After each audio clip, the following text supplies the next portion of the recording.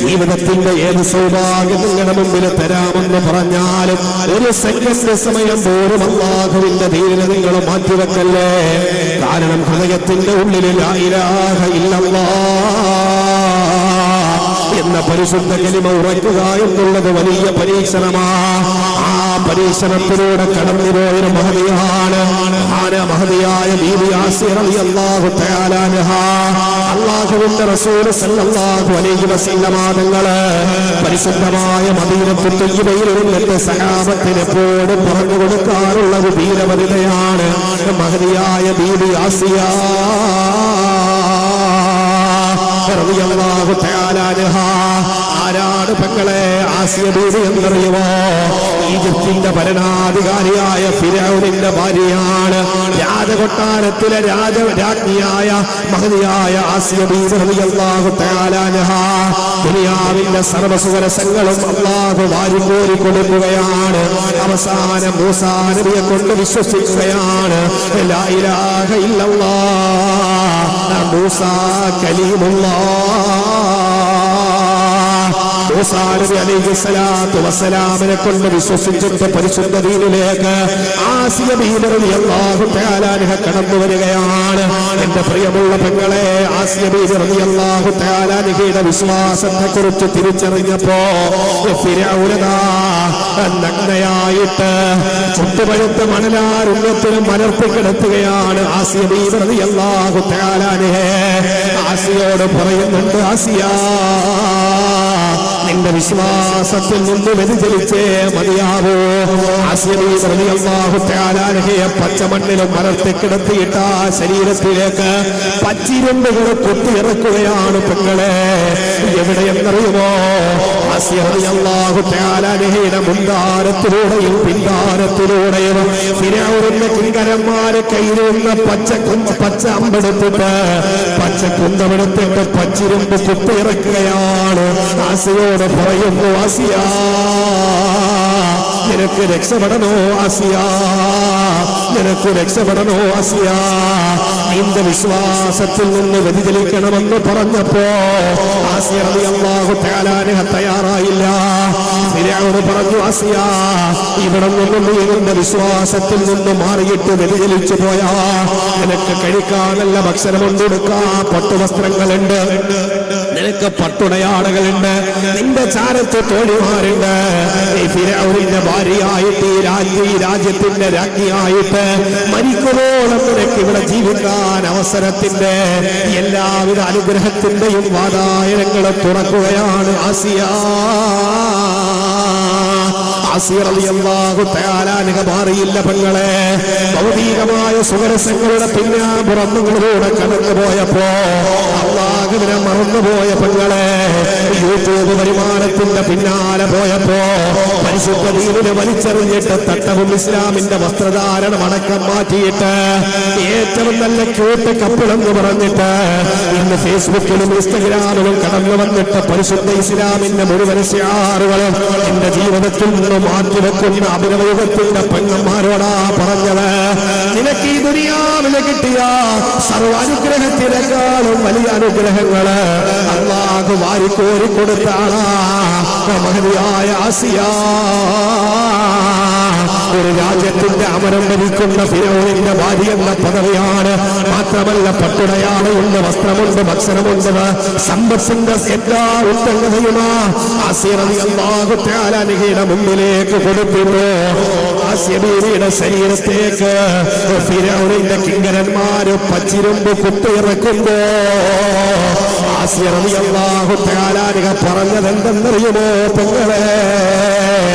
റബ്ബി ബിനി ഇൻദക ബൈതൻ ഫിൽ ജന്നാ. ദുനിയാവിന്റെ സ്വർഗങ്ങൾ എനിക്ക് വേണ്ട അല്ലാഹ്, ദുനിയാവിന്റെ ഒരു സൗകര്യങ്ങളും എനിക്ക് വേണ്ട അല്ലാഹ്. പട്ടുടയാളുകളോ രാജ്ഞിയുടെ പദവിയോ ഈ ദുനിയാവിന്റെ സർവ്വ സുഖരസങ്ങളും എന്റെ മുമ്പിലേക്ക് ഒരു നീട്ടിയാലും അല്ലാഹുവേ നിന്റെ സ്വർഗത്തെക്കാൾ വലുതല്ലയോ, നിന്റെ സ്വർഗത്തിന്റെക്കാൾ വലുതല്ലല്ലോ. അതാ ആസിയ ബീവി റളിയല്ലാഹു തആല അൻഹ പറഞ്ഞ വാക്കാ, റബ്ബി ബിനി ലീ ഇൻദക ബൈതൻ ഫിൽ ജന്നാ. സുഖലോലുപതയുടെ സ്വർഗത്തിൽ എനിക്കൊരു വീടാണ് വേണ്ടതെന്ന് മഹതിയായ ബീബി ആസിയ. എത്ര ചരിത്രമാണ് വപ്പാ നമ്മുടെ മുമ്പിലുള്ളത്. എന്റെ ഇരുപ്പയിലെ പെങ്ങളെ എത്രയാ ചരിത്രങ്ങളുണ്ടത്. നിസാര സമയം കൊണ്ടൊരു പ്രതിസന്ധി ഘട്ടത്തെ തരണം ചെയ്യാൻ കഴിയാതെ വന്നപ്പോ പരിശുദ്ധ ദീനിനെ മാറ്റിവെച്ചിട്ട് ജീവിക്കുന്നവരോടാ പറയുന്നത്, ഹൃദയത്തിൽ കലിമ ഉറക്കട്ടെ, ഹൃദയത്തിൽ വിശ്വാസം ഉറക്കട്ടെ. അല്ലാഹുവേ, പ്രതിസന്ധി ഘട്ടത്തിൽ ഞങ്ങളുടെ ഈമാനെ ഞങ്ങളുടെ ഹൃദയത്തിൽ നിന്ന് ഊരിക്കളയല്ലേ അല്ലാ. ചെയ്യണം പെങ്ങളെ, ദുആ ചെയ്യണം. ഇത് സാധാരണ പ്രാർത്ഥനയല്ല. അല്ലാഹുവിന്റെ ഹബീബ് പോലും ദുആ ചെയ്യുമായിരുന്നു. റബ്ബേ യാ മുഖല്ലിബൽ ഖുലൂബ്, ദുആ ചെയ്യണേ, പഠിച്ചു വെക്കണേ പെങ്ങളെ. ജീവിതത്തിന്റെ സായം സന്ധികളിൽ കാലിടറുമ്പോ, മരണത്തെക്കുറിച്ച് ചിന്ത വരുമ്പോ, ജീവിതം മടുത്തു എന്ന് പറയുമ്പോ, രോഗങ്ങളെ കാർന്നു തിന്നുമ്പോ, സമ്പത്ത് മുടക്കി മടുത്തു, എങ്ങനെയെങ്കിലും ഒന്നും മരിച്ചു കിട്ടിയിരുന്നെങ്കിലെന്ന് ഹൃദയത്തിന്റെ ഉള്ളിലൊരു ചിന്ത വരുമ്പോ പ്രാർത്ഥിക്കണേ പെങ്ങളെ. യാ മുഖല്ലിബൽ ഖുലൂബ് സബ്ബിത് ഖൽബി അലാ ദീനിക്. എപ്പോഴും ദുആ ചെയ്യണം. ഉമ്മു സലമ റളിയല്ലാഹു തആല അൻഹയുടെ വീട്ടിലിരുന്നിട്ടാണ് അല്ലാഹുവിന്റെ റസൂൽ റിസാലത്തിന്റെ കരങ്ങൾ ഉയർത്തിയിട്ട് ദുആ ചെയ്തത്. യാ മുഖല്ലിബൽ ഖുലൂബ് സബ്ബിത് ഖൽബി അലാ ദീനിക്. ഹൃദയത്തെ മാറ്റിമറിക്കുന്നവനെ, എന്റെ ഹൃദയത്തെ പരിശുദ്ധ ദീനിൽ ഉറപ്പിച്ചു വെക്കണേ അല്ലാ. ഉമ്മു സലമ റളിയല്ലാഹു തആല അൻഹ ചോദിക്കുന്നു, നബിയേ യാ റസൂലല്ലാഹ്, എന്തിനാണ് നബിയേ അങ്ങിങ്ങനെ ദുആ ചെയ്യുന്നത്? അല്ലാഹുവിന്റെ റസൂൽ പറയുന്നു, ഉമ്മു സലമ, ഒരു മനുഷ്യന്റെ ഹൃദയം അല്ലാഹുവിന്റെ രണ്ട് വിരലുകൾക്കിടയിലാണ്. ഫമൻ ശാഅ ഖാമ വമൻ ശാഅ സാഗ. ഒന്നിൽ അല്ലാഹു ഹൃദയത്തെ നന്നാക്കും, അല്ലെങ്കിൽ അല്ലാഹു ഹൃദയത്തെ മറിച്ചു കളയുമെന്ന് ഹബീബായ നബി മുഹമ്മദ് മുസ്തഫ സല്ലല്ലാഹു അലാ മുഹമ്മദ് സല്ലല്ലാഹു അലൈഹി വസല്ലം. ഹൃദയത്തിൽ ഉറക്കാൻ അല്ലാഹുവോട് ദ്വാരക്കണം. ഞാൻ പറഞ്ഞല്ലോ, നിസ്കാരവും നോമ്പും ഹജ്ജ് ചെയ്തതിന്റെ എണ്ണമോ ഉംറ ചെയ്തതിന്റെ എണ്ണമോ ഈ താടിയോ തലപ്പാവോ തൊപ്പിയോ ഒന്നും മുസ്ലിമായി മരിക്കാനുള്ള മാനദണ്ഡമല്ല. എന്റെ നാടിന്റെ, ഞാൻ താമസിക്കുന്ന നാടിന്റെ അടുത്ത സ്ഥലത്താണ് ഒരു വാപ്പ ഒറ്റ നമസ്കാരം പോലും പള്ളിയിലല്ലാതെ നിസ്കരിക്കാത്തൊരു സഹോദരനാണ്. മരിക്കുന്ന അന്നത്തെ ദിവസവും അദ്ദേഹം സുബഹി ജമാഅത്തിന് ഇമാമിന്റെ പുറകിലുണ്ട്. ശ്രദ്ധിക്കണം, നമ്മൾ ഓർക്കും 2 ഹജ്ജ് ഞാൻ ചെയ്തു ഉസ്താദേ, ഞാൻ ഒറ്റ വക്കത്ത് പള്ളിയിൽ മുടക്കുന്ന ആളല്ല, എന്നെ കൊണ്ട് കഴിയുന്നത് പോലൊക്കെ ചെയ്യണവനാണ്.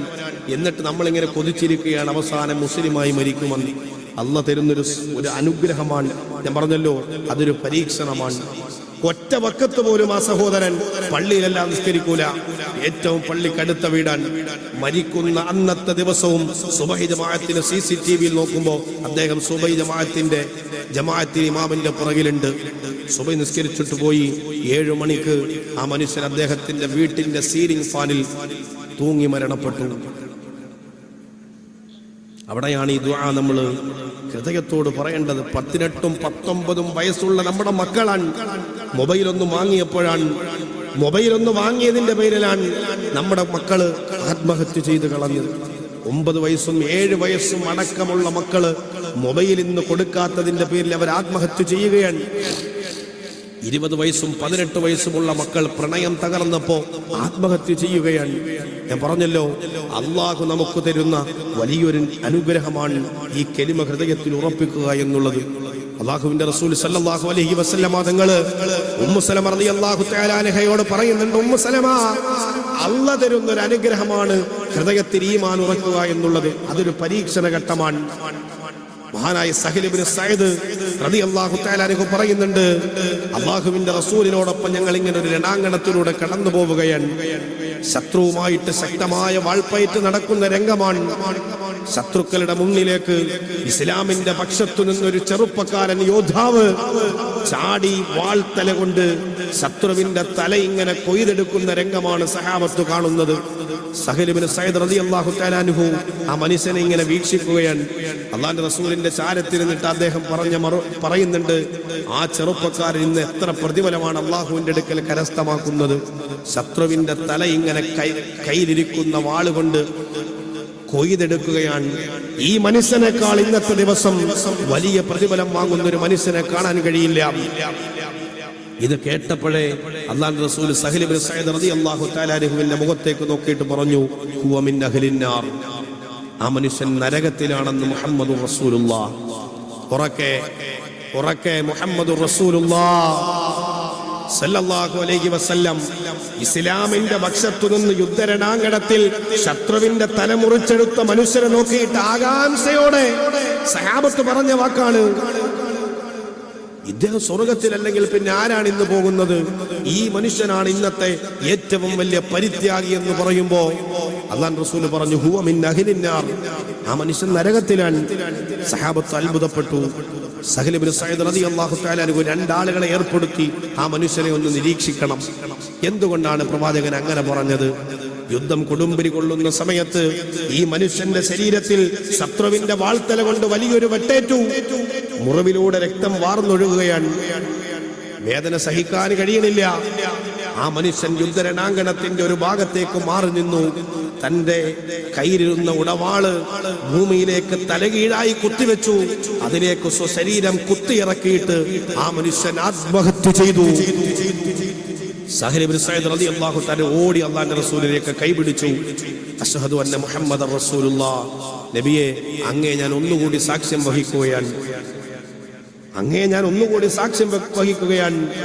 അല്ലാഹുവിന്റെ റസൂൽ പറയുകയാണ്, ഏ സ്വഹാബ, ഈമാനിന്റെ മരണമെന്ന് പറയുന്നത് പരീക്ഷണത്തിന്റെ മരണമാണ്. ഒരു മനുഷ്യനെ അള്ളാഹു ദുനിയാവിൽ ഒരുപാട് കാലം നിസ്കാരക്കാരനും നോമ്പുകാരനും അള്ളാഹ്ക്ക് ഇഷ്ടപ്പെട്ട രീതിയിലൊക്കെ ഈ ദുനിയാവിൽ ഒരു മനുഷ്യനെ അള്ളാഹു ഇങ്ങനെ ജീവിപ്പിക്കും. ഹജ്ജുണ്ട്, നോമ്പുണ്ട്, നിസ്കാരമുണ്ട്, പലതും ആ മനുഷ്യന്റെ അക്കൗണ്ടിലുണ്ട്. പക്ഷേ മരണമെത്തുന്ന സമയത്ത് അല്ലാഹു ആ മനുഷ്യന്റെ ഖൽബിൽ നിന്ന് ഈമാൻ എടുത്ത് ആ മനുഷ്യനെ നരകത്തിലേക്ക് ചേർക്കപ്പെടുന്ന അവസ്ഥയിൽ മരിപ്പിക്കുമെന്ന് മുഹമ്മദ് മുസ്തഫ സല്ലല്ലാഹു അലാ മുഹമ്മദ് സല്ലല്ലാഹു അലൈഹി വസല്ലം അല്ലാഹുവിന്റെ റസൂൽ പറയുകയാണ്, ഞാൻ പറഞ്ഞല്ലോ ഹജ്ജും ഉംറയും ഒക്കെ ചെയ്തു എന്ന ഹാജി ആരായി ഞാനും നിങ്ങളും ഇങ്ങനെ ജീവിക്കുകയാണ്. മണിക്കൂർ 2ഉം 3ഉം വയത് പറയുന്ന ഉസ്താദല്ലേ, അദ്ദേഹവും സ്വർഗത്തിലാണെന്ന് നിങ്ങളൊക്കെ വിചാരിക്കുമ്പോഴും ഞാനും എന്റെ സ്വർഗത്തെ കുറിച്ച് ശങ്കയിലാണ്. എന്റെ അവസാനം എങ്ങനാകുമെന്ന് എനിക്കറിയില്ല. അല്ലാഹുവിന്റെ റസൂലാ പറഞ്ഞത്, ഏറെക്കാലം ഒരു മനുഷ്യനെ അല്ലാഹു സ്വർഗത്തിന്റെ അവകാശിയായിട്ട് ജീവിപ്പിക്കും. മരണമെത്തുന്ന സമയത്ത് ആ മനുഷ്യനെ അല്ലാഹു മരിപ്പിക്കുന്നത് നരകത്തിന്റെ അവകാശിയായിട്ടായിരിക്കുമെന്ന് മുഹമ്മദ് മുസ്തഫ സല്ലല്ലാഹു അലൈഹി വസല്ലം. ദുനിയാവിലെ താന്തോന്നിയായിട്ട് ഒരു മനുഷ്യൻ ജീവിക്കും. നാട്ടുകാരെ മുഴുവൻ പറയും അവൻ തെമ്മാടിയാണ്, അവന്റെ വാസസ്ഥലം നരകവുമാണെന്ന് പറയും. പക്ഷേ മരണമെത്തുന്ന സമയത്ത് അല്ലാഹു ആ മനുഷ്യന് നരകത്തിന്റെ ആളായി ജീവിച്ച മനുഷ്യൻ മരണമെത്തുന്ന സമയത്ത് ആ മനുഷ്യൻ അല്ലാഹു സ്വർഗത്തിന്റെ ആളാക്കി മരിപ്പിക്കുമെന്ന് മുഹമ്മദ് മുസ്തഫ സല്ലല്ലാഹു അലൈഹി വസല്ലം. പെങ്ങളെ, അതുകൊണ്ടാണ് 50ഉം 55ഉം വയസ്സും കഴിയുമ്പോ ഞാൻ പറഞ്ഞല്ലോ, കാസർഗോഡ് ജില്ലയിൽ ഒരൊറ്റ തഹജ്ജുദ് പോലും മുടക്കാത്ത ഒരു മനുഷ്യനായിരുന്നു കഴിഞ്ഞ ദിവസം ആത്മഹത്യ ചെയ്ത സത്താർ എന്ന സഹോദരൻ. ഒരൊറ്റ അദ്ദേഹത്തിന്റെ നെറ്റിയിലെ ഫോട്ടോയിലെ നെറ്റിയിൽ കാണുന്ന തഴമ്പ് കാണുമ്പോഴാണ് അള്ളാഹു നമുക്ക് നൽകിയ ജീവിതത്തിന്റെ അവസാനം എങ്ങനെയാകുമെന്ന് നമുക്ക് ചിന്തിക്കാൻ കഴിയാതെ വരണത്. ജീവിതത്തിന്റെ ഒരു താളം പഴക്കുമ്പോൾ കൽബ്, ഞാൻ പറഞ്ഞില്ല, അള്ളാഹിന്റെ 2 വിരലുകൾക്കിടയിലാണെന്ന് അള്ളാഹു പറഞ്ഞത്. അള്ളാഹു ഒന്നുകിൽ അതിനെ തിരിച്ചാൽ കഴിഞ്ഞില്ലയോ? ഒരു സെക്കൻഡാണ് മൈൻഡ് മാറുന്നത്, ഒരു സെക്കൻഡാണ്. പെട്ടെന്നുള്ള ആ ഒരു പ്രയാസങ്ങളെ നമുക്ക് സഹിക്കാൻ കഴിയാതെ വരുമ്പോ അല്ലാഹുവിന്റെ റസൂൽ പഠിപ്പിച്ചു തന്ന പ്രാർത്ഥനയാണ്, യാ മുഖല്ലിബൽ ഖുലൂബ് സബ്ബിത് ഖൽബി അലാ ദീനിക്. ഹൃദയത്തെ മാറ്റിമറിക്കുന്ന അല്ലാഹ്, ഞങ്ങളുടെ ഹൃദയത്തെ പരിശുദ്ധ ദീനിൽ ഉറപ്പിച്ചു വെക്കണേ എന്ന് അള്ളാഹുവിന്റെ റസൂൽ എപ്പോഴും ദുആ ചെയ്യുമായിരുന്നുവെന്ന് മഹദിയായ ഉമ്മു സലമ റളിയല്ലാഹു തആല അൻഹ സാക്ഷ്യപ്പെടുത്തുകയാണ്. അതുകൊണ്ട് ജീവിതം ഒരു ത്യാഗമാണ്. മക്കളെ, ജീവിതം ഒരു ത്യാഗമാണ്. ആ ത്യാഗ പരിശ്രമത്തിന്റെ ഇടയിലൂടെയാണ് നമ്മൾ ഇങ്ങനെ സഞ്ചരിച്ചു കൊണ്ടുപോകുന്നത്. ഇടനാഴികളിൽ നല്ല അനുഭവങ്ങളും കൈപ്പേറിയതും ഒക്കെ ഉണ്ടാവും. ജീവിതം അങ്ങനെയാണ്. 60-ന്റെയും 70-ന്റെയും ഇടക്ക് ഈ ദുനിയാവിൽ നിന്ന് വിട പറഞ്ഞു പോവേണ്ടവരാണ് നമ്മൾ. നമ്മുടെ ജീവിതം പരലോകത്താണ്, അതിൽ നമുക്ക് സംശയമില്ല. ബർസഖിലേക്ക് കടന്നുപോയി അവിടെ നിന്ന് ഉയർത്തെഴുന്നേൽപ്പിന്റെ ദിവസം നന്മതിന്മകളെ തൂക്കി നോക്കി അള്ളാഹു വിചാരണ ചെയ്യപ്പെട്ട് സ്വർഗവും നരകവും അള്ളാഹു വേർതിരിച്ചെടുക്കുന്ന സമയത്ത് മുത്തു ഹബീബിന്റെ കൈപിടിച്ച സ്വർഗത്തിലേക്ക് കടക്കുന്നത് വരെയാണ് നമ്മുടെ ജീവിതത്തിന്റെ ലക്ഷ്യപൂർത്തീകരണം എന്ന് പറയുന്നത്. അത് ത്യാഗ പരിശ്രമമാണ്. അതിനാണ് നമ്മൾ പാടുപെടേണ്ടത്, ഈ ദുനിയാവിൽ കഷ്ടപ്പെടേണ്ടത്, ത്യാഗം സഹിക്കേണ്ടത്, ദുആ ചെയ്തുകൊണ്ടേയിരിക്കേണ്ടത്. കൽബിനെ മാറ്റിമറിക്കല്ലേ അല്ലാ. ഞാൻ പറഞ്ഞല്ലോ, ഏറ്റവും വലിയ പ്രയാസകരമായ വാക്കുകളാണ് പലപ്പോഴും നമ്മൾ കേട്ടുകൊണ്ടിരിക്കുന്നത് പലയിടത്തും. എന്തിനല്ലാഹു എന്നോട്, എന്തിനല്ലാഹു എന്നോട്. മുസ്ലിം നാമധാരിയായി ജീവിച്ച ആളുകളാണ് മതം ഉപേക്ഷിച്ചിട്ട് നിരീശ്വരവാദത്തിലേക്ക് കടന്നു പോകുന്നത്, അല്ലേ? ജബ്ബാർ മാസ്റ്റർ അടക്കമുള്ള നാസ്തികരായൊരു വിഭാഗം പരിശുദ്ധ ഇസ്ലാമിനെ കൃത്യമായി തെറ്റിദ്ധരിപ്പിച്ചുകൊണ്ട് അവരുടെ പിന്നാലെ പോലും ഈ സമൂഹത്തിന്റെ മക്കൾ കടന്നു പോകുന്ന ഒരു കാലഘട്ടത്തിൽ നമ്മൾ അള്ളാനെ കൃത്യമായിട്ട് അറിയുകയും പഠിക്കുകയും മനസ്സിലാക്കുകയും ചെയ്യണം. സംശയം ലവലേശവുമില്ലാതെ അള്ളാഹുവിലേക്ക് തുറന്ന മനസ്സോടുകൂടി നമുക്ക് അടുക്കാൻ കഴിയണം. കാരണം ഈമാൻ എന്ന് പറയുന്നത് പരീക്ഷണ ഘട്ടമാണ്. അള്ളാഹുവിന്റെ റസൂല് പറയുന്നുണ്ട്, സയ്യിദ് ഇബ്നു അബീ വഖാസിനോട് പറഞ്ഞു റളിയല്ലാഹു തആല അൻഹു, സയ്യിദ് ഇബ്നു അബീ വഖാസേ, അള്ളാഹു നിങ്ങളെ പരീക്ഷിക്കുന്ന ഒന്നാമത്തെ പരീക്ഷണം അത് ഈമാനിന്റെ പരീക്ഷണമാണെന്ന് മുഹമ്മദ് മുസ്തഫ